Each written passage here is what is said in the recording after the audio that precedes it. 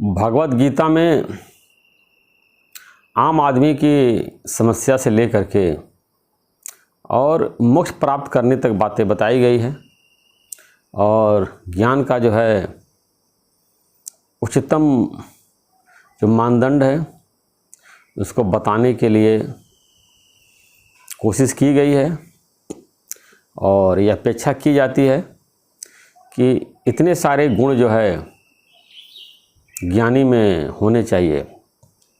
तो भगवान यहाँ बता रहे हैं कि सन्यासी योग है।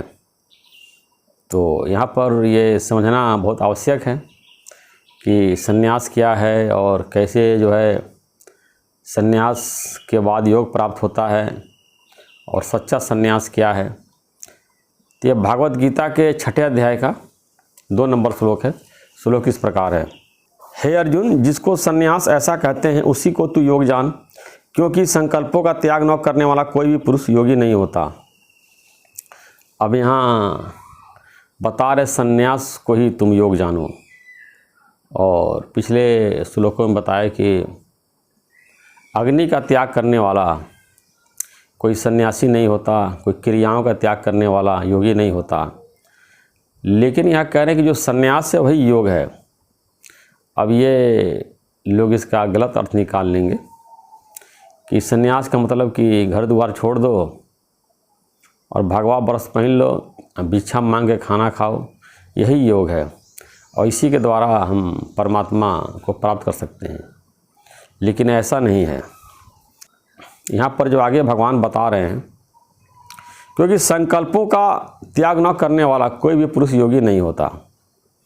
तो जब तक हमारे अंदर जितने संकल्प है, विकल्प है, उसका त्याग नहीं हो जाता, तब तक जो है हम योग को प्राप्त नहीं कर सकते हैं।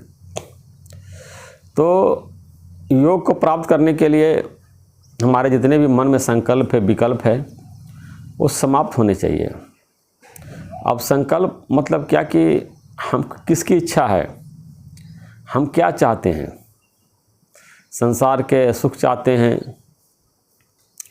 वैभव चाहते हैं, मान सम्मान चाहते हैं, कि मोक्ष चाहते हैं, कि परमात्मा से योग प्राप्त करना चाहते हैं। अगर परमात्मा से योग प्राप्त करना चाहते हैं तो परमात्मा हमको जब मिल जाता है तो हमारा सारा संकल्प विकल्प शांत हो जाता है और सांसारिक सुख भी चाहते हैं और परमात्मा भी चाहते हैं। तो इस सांसारिक सुख जो है बार बार अपने तरफ हमारे मन को खींचता है, संसार की तरफ खींचता है और पूरी तरह से हमारा मन जो है परमात्मा में नहीं लग पाता है। तो परमात्मा को प्राप्त करने के लिए जो है हमको वन साइड होना पड़ेगा। या हम योग चाहते हैं या संसारिक भोग चाहते हैं, दोनों जो है हम जो है एक साथ नहीं कर सकते हैं कि योग भी प्राप्त कर लें और इंद्रियों को विषयों में खुला हमने छोड़ दिया है। तो इस तरह से मन इंद्रियों का संयम करना बहुत ज़रूरी है।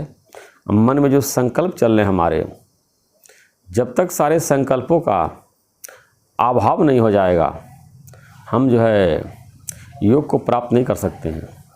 मन में कोई संकल्प उठता है कि तुरंत उसका विकल्प उठता है, संकल्प विकल्प ऐसे चलता रहता है।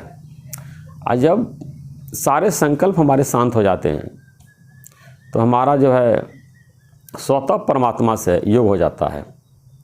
और हमारे मन में संकल्प चलता क्यों है?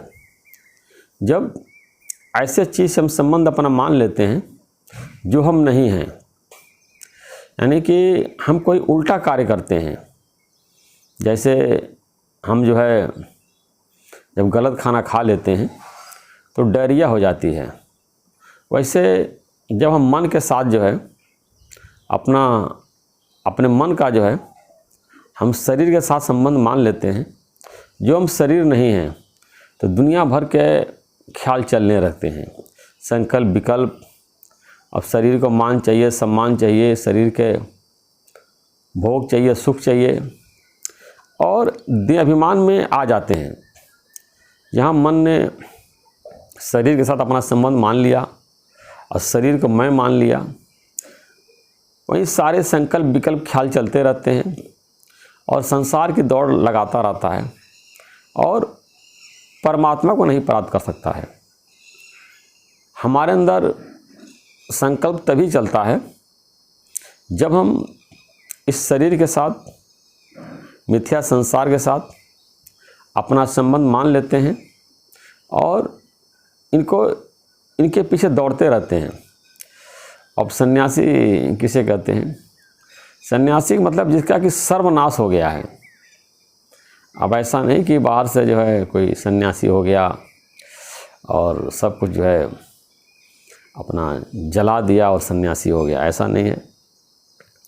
इसमें एक दृष्टांत आता है कि राजा शुक्रध्वज थे, उनकी पत्नी चुड़ाला थी, तो दोनों राज्य में रहते थे। तो एक बार जो है संत आए, गुरु लोग आए, अक्सर राज दरबार में संत आते जाते रहते हैं, तो ज्ञान सुनाया दोनों राजा रानी को। रानी को आत्मज्ञान हो गया, शुक्रध्वज को जो आत्मज्ञान नहीं हुआ। तो रानी बताती थी मैं ज्ञान स्वरूप हूँ, मैं आनंद स्वरूप हूँ, भगवान हूँ।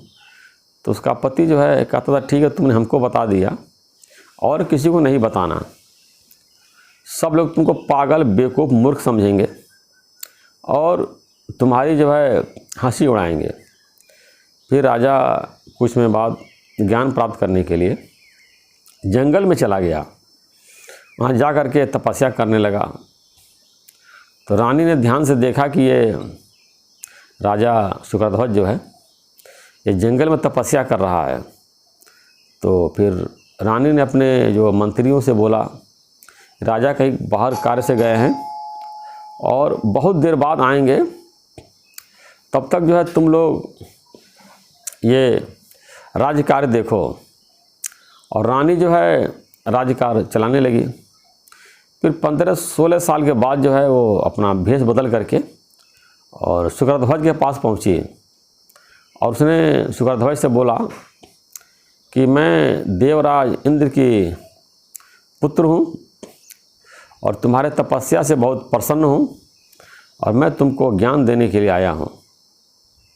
तो राजा शुक्रध्वज ने कहा कि मेरा बहुत बड़ा सौभाग्य है, आप मेरे यहाँ पधारे हैं और आपकी कृपा से जो है हमको ज्ञान प्राप्त हो जाएगा।